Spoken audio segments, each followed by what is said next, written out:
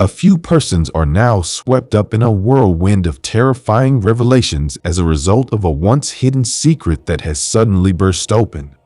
The chilling story of Holly Klaus from Oklahoma has surfaced from the depths of a cold case that lasted over 40 years, revealing a terrifying timeline of incidents that rocked the small town to its foundation.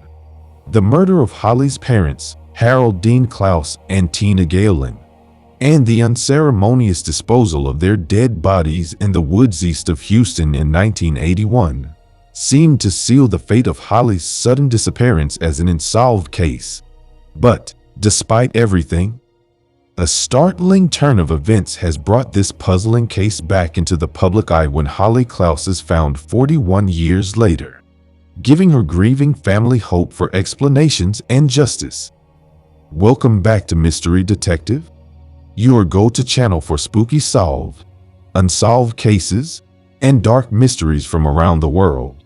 In today's video, we want to look at how time sped forward, healing the scars of loss and turning them into fading memories.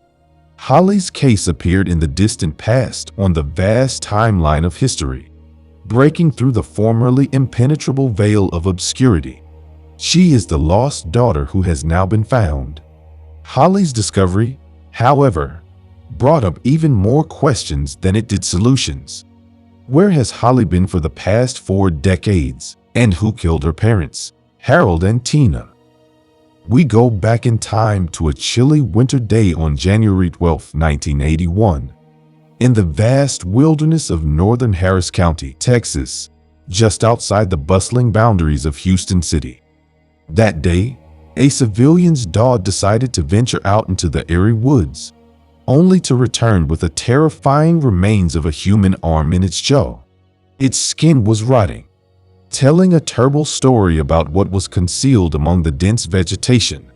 The frantic search that followed this grisly discovery revealed a dark secret concealed in the dense forest close to Wallaceville Road. As the sun bounced off the tall trees, it created an erratic pattern of shadows that deceived the eye. The only sound in this silent, desolate woods came from the skeleton leaves being crunched under the civilian foot and the dog's poo. The sound of the dog barking in the distance broke the stillness of the woods. The perplexing dog worked furiously to unearth something from a heap beneath a massive old tree.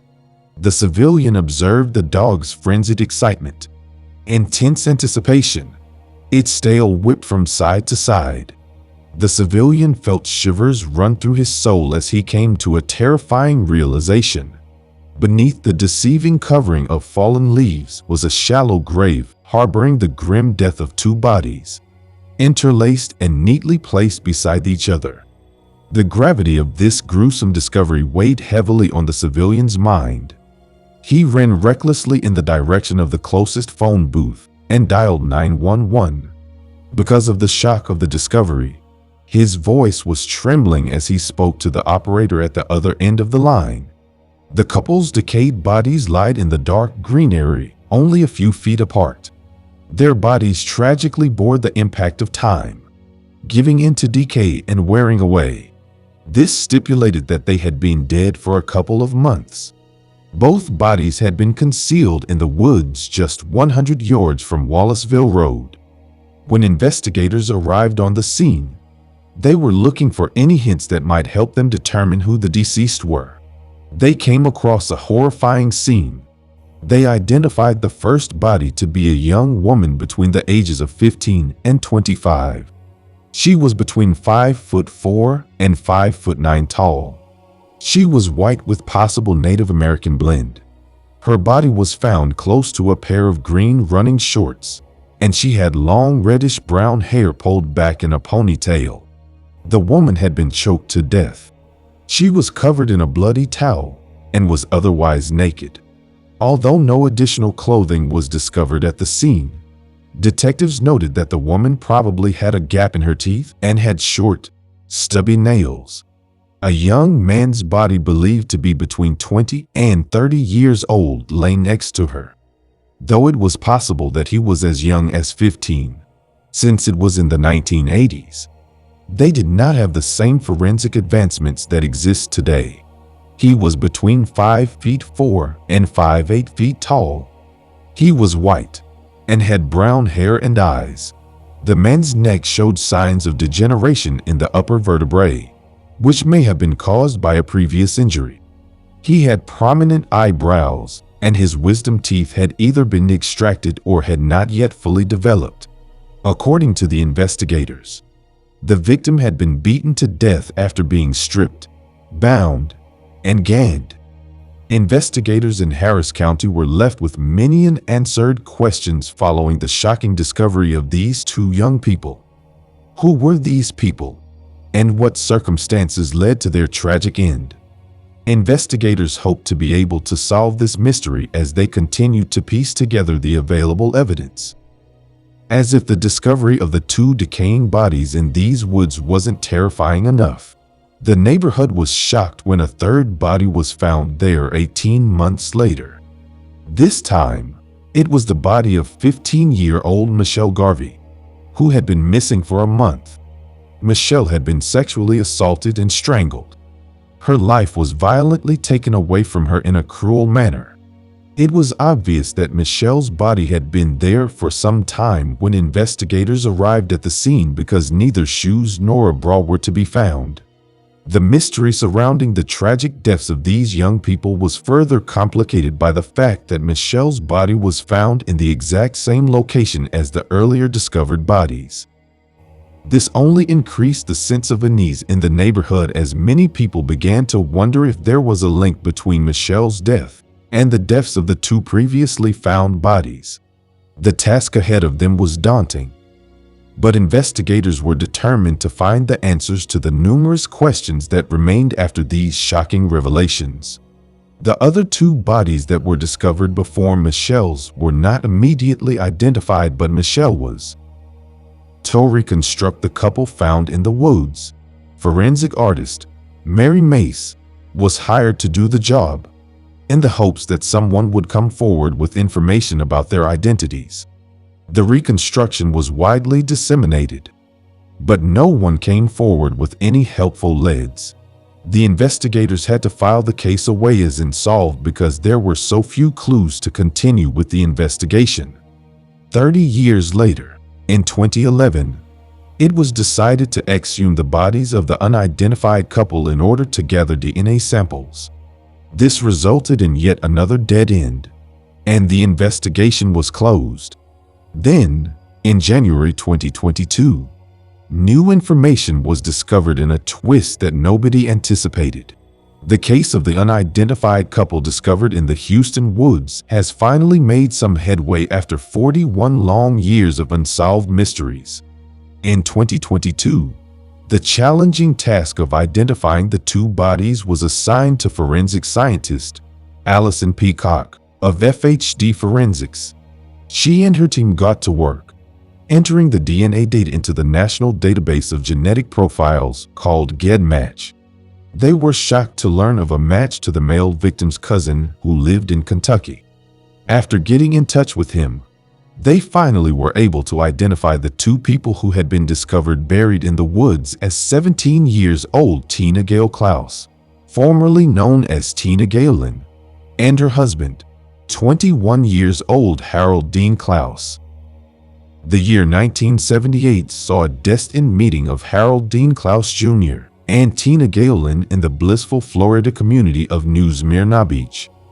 When she was only 15, young Tina found herself drawn to the slightly older Harold Dean, who was 19 years old at the time. In an ironic turn of events, their families were already intertwined because Tina's brother and Harold's sister had started a relationship of their own.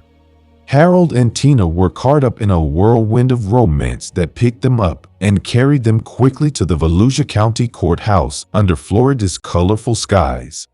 They exchanged marriage vows there on June 25, 1979, cementing their ardent love.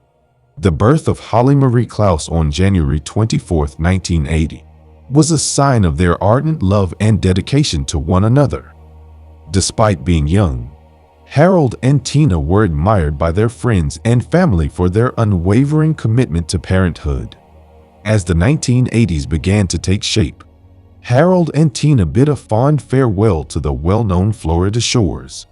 They focused their attention on a new life and ventured into the sweltering heat of Lewisville, Texas, a developing suburb buzzing with the promise of prosperity. Harold, a master woodworker who lived in the vibrant energy of the Dallas metropolitan area, had his sights set on taking advantage of the construction boom that swept the area in the early 1980s.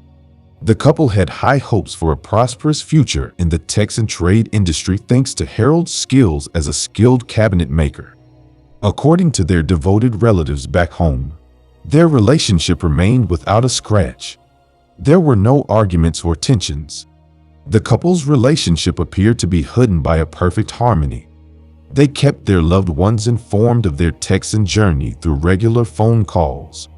However, in October 1980, as the autumn leaves started to fall, an unsettling silence soon descended upon the familial phone lines connecting Harold and Tina with their families.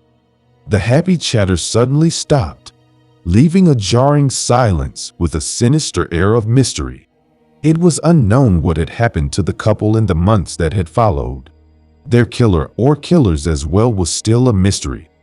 But perhaps the investigators would finally be able to learn the truth since their identities were finally established.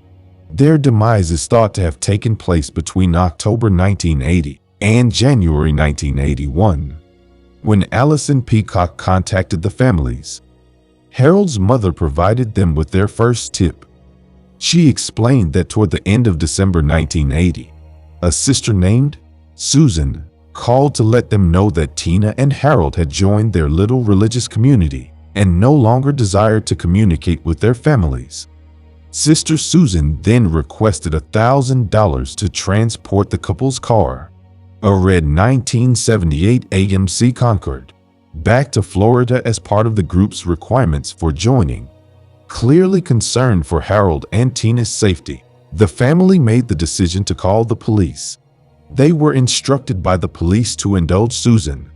Finally, a man and two women showed up at the racetrack Daytona in Florida to receive $1,000 in exchange for the car.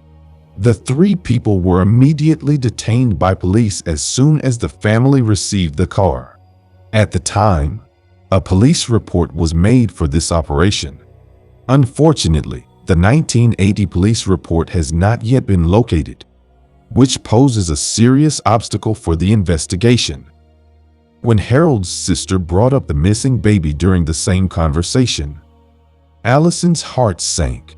In their investigation, that particular detail had never surfaced. There had already been so many twists and turns in the case, and now there might be a missing child. After taking a deep breath, Allison made a promise to Harold's sister that they would do everything possible to discover what had happened to the baby. Allison learned that Harold and Tina did indeed have a child as she investigated the situation further. A kid called Holly Klaus. When her parents disappeared, she was only a few months old, and she was never seen or heard from again. Allison was adamant about learning what had become of Holly, but it seemed like an overwhelming task. Investigators began a thorough national search for Holly because they were driven to learn the truth. But they had to first figure out how to spell her name. Although some detectives dismissed it as a minor problem, Allison Peacock knew that getting the name correct was essential to locating her. Allison and Harold's sister asked for access to her birth record from Florida's Department of Vital Records to determine the proper spelling, but they were turned down. This started a difficult and uphill battle, in which the authorities rejected each request for the record. Peacock and her group, though, were unyielding. Before eventually receiving access to Holly's birth certificate, investigators worked their way up the ranks of those involved in the case, from detectives to senior prosecutors, judges, and finally, attorney generals from 3 different states.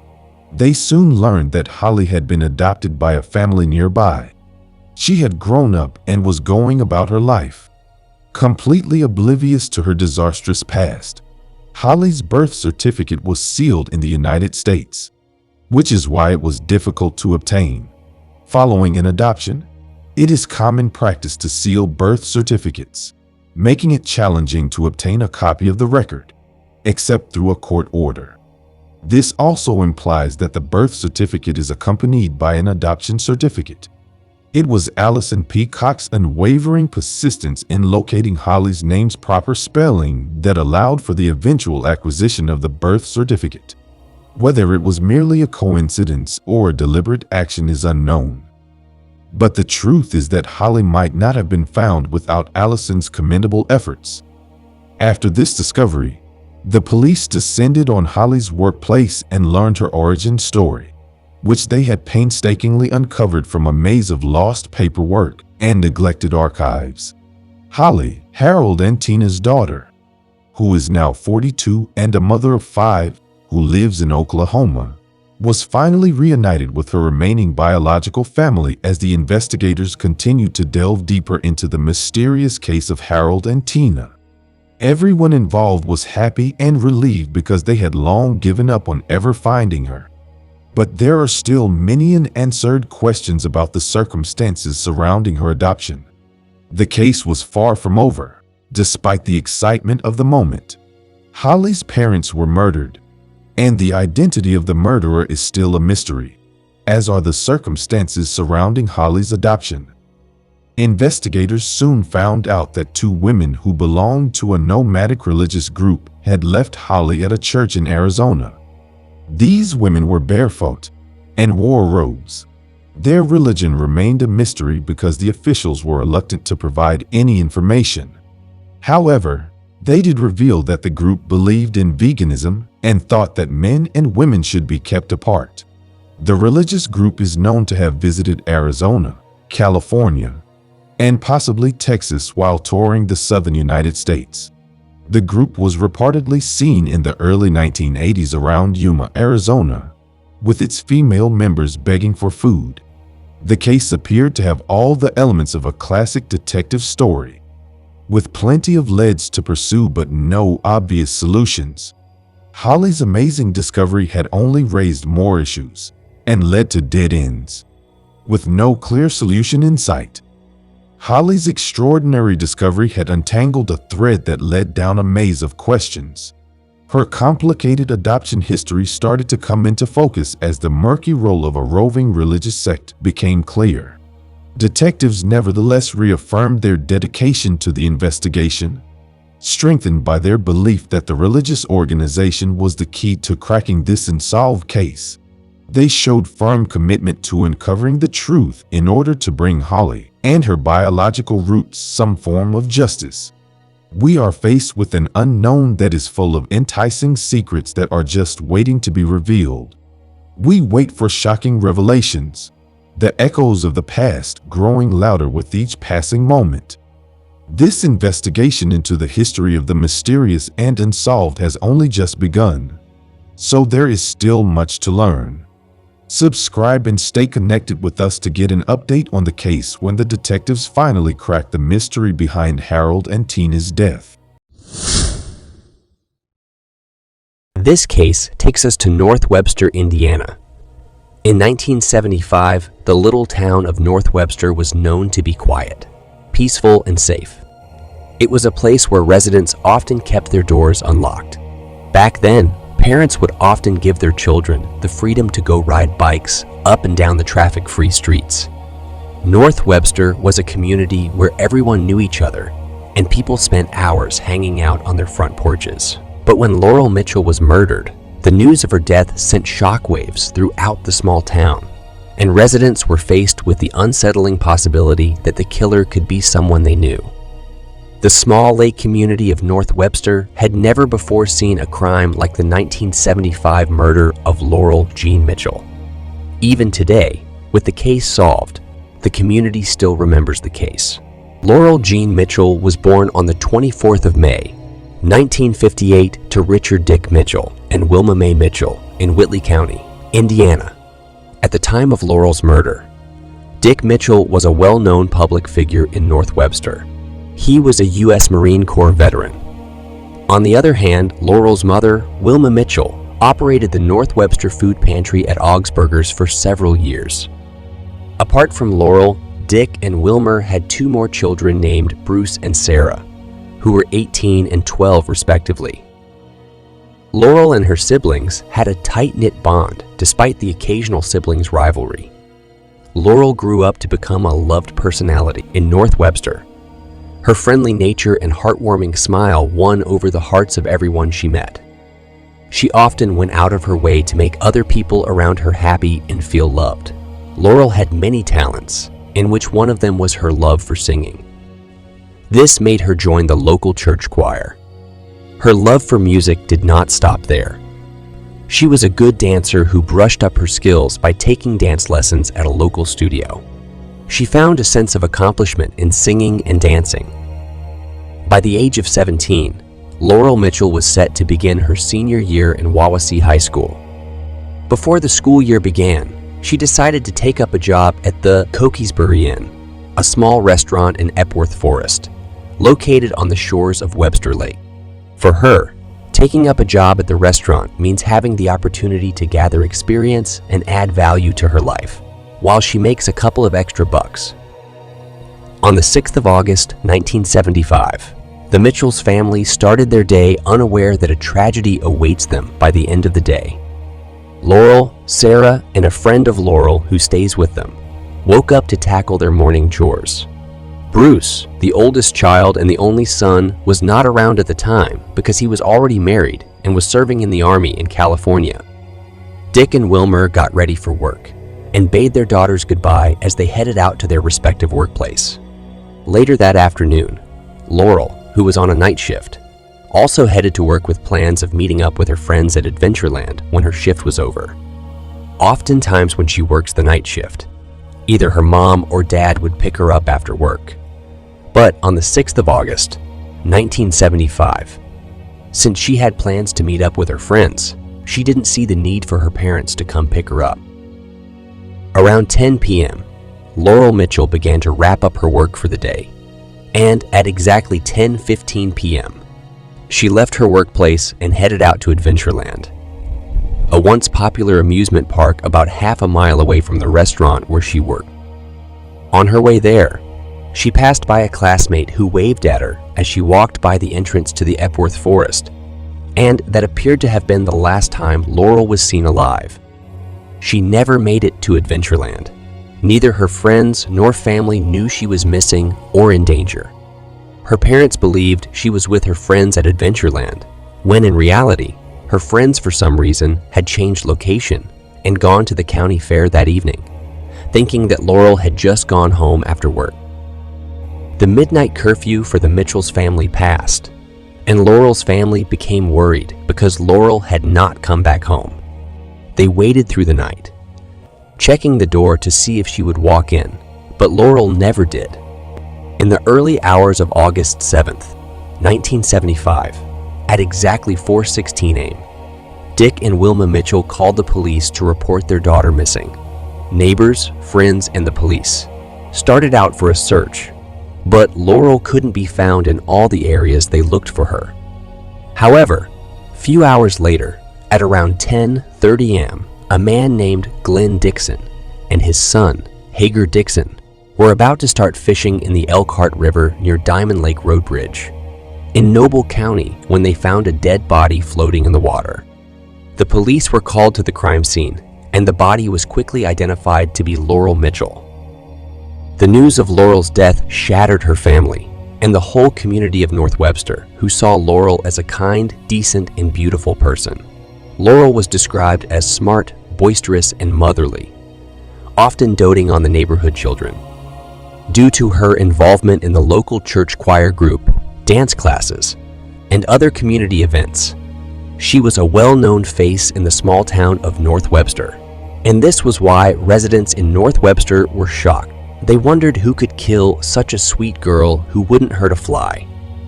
On the day Laurel's body was discovered, Dr. Peel Sankey from the Goshen General Hospital in Goshen, Elkhart County, Indiana, performed an autopsy on her. The cause of Laurel's death was determined to be drowning. She showed no obvious signs of trauma aside from several bruises on her hands and shoulder. She was said to have resisted her attacker, fighting for her life. When Laurel was discovered, she was fully clothed, however. The autopsy determined that she had been sexually assaulted. The police ruled the case to be homicide, and the search for Laurel's killer began. Indiana State Police, along with the Kosciuszko County Sheriff's Department, the Noble County Sheriff's Department, and the Noble County Coroner's Office opened an investigation into Mitchell's death. Investigators spent thousands of hours trying to solve her murder. They followed every lead. They interviewed neighbors who lived around the crime scene. A woman named Catherine Flynn, who lived at the area at the time of Laurel's murder, told the police that around 10 p.m. on the 6th of August, 1975, that she heard a loud car turn around next door. She said she heard voices say, "Let's get," or "Let's get her." Another resident with the name Frank Overmeyer told investigators he also heard a loud vehicle in the neighborhood, possibly an Oldsmobile. The police followed these leads and tried all they could, but the killer of Laurel could not be found. Over the next 5 decades, numerous detectives continued to work on her case. With no improved DNA technology in the 1970s, the Laurel Mitchell's case was gradually getting cold. After waiting for years to get answers, sadly, Dick and Wilmer Mitchell couldn't cheat nature as they passed away from natural causes at the age of 82 in 2012. However, despite the case growing colder by the day, Laurel's sister, Sarah Mitchell, never gave up hope of finding answers. Every year, she would appeal to the media to once again cover her sister's story and always maintain contact with Detective Kevin Smith, who was assigned to Laurel's case. During one of her chats with the detective, Sarah mentioned that a family friend had told her a small band from Delphi, Indiana called Celebrate the Sun, consisting of several boys and girls around the ages of 16 to 20, had played a show that evening at the Cokesbury Inn and had left around the same time Laurel was last seen alive. The family friend also mentioned seeing the same group at the fire station later that evening. He described seeing a woman having a panic attack and hyperventilating outside of the fire station. He said the woman was accompanied by a group of guys, all around the ages of 16 to 20, who were trying to calm her down. The detective then told Sarah that this tip had never been reported and felt it was worth investigating. Investigators then tracked down the members of the band. It was, however, discovered that they were a performing church group who were not from Delphi and had never stopped at the fire station that evening. The case went cold again, but in June 2013, a year after Laurel's parents died, Renee Sexton, a Florida woman who was 16 years old and living in Noble County in 1975, contacted the county sheriff's department to inform them that she had gone on a date with a man called John Wayne Lefman, and as he was driving her back home, he admitted his involvement in a crime that he committed with his friend Fred Bandy. John Wayne Leafman had told the woman details that were consistent with the police findings when Laurel's body was found, including the anatomical findings from the autopsy results. In 2014, Bill McDonald, who was a high school sophomore at the time of Laurel's murder, told police that he socialized with a man named Fred Bandy while in high school, and that Fred Bandy told him after Laurel Mitchell's murder that he had committed the crime and also provided details of the location where her body was found. In 2019, another man told the police that he and Bill McDonald had attended a high school party with Fred Bandy, John Wayne Leafman, and others when Mitchell's murder came up. Fred Bandy then stated that he and John Wayne Leafman committed the crime of killing Laurel Mitchell together. These multiple confessions were what the investigators needed to pursue the case vigorously once again. After the last witness came forward with the same information, in 2019, Laurel Mitchell's clothes and other evidence preserved from the crime scene in 1975 were resubmitted for DNA testing at the Indiana State Police Laboratory. The forensics developed a profile for a possible suspect. 3 suspects who were initially on the list of the investigators were eliminated, and attention was shifted to Fred Bandy for a buccal swab. On December 5, 2022, authorities visited Fred Bandy at his residence, explaining to him the reason they were there and asking for a sample of his DNA. Surprisingly, Fred Bandy did not put up a fight. He voluntarily provided the DNA sample.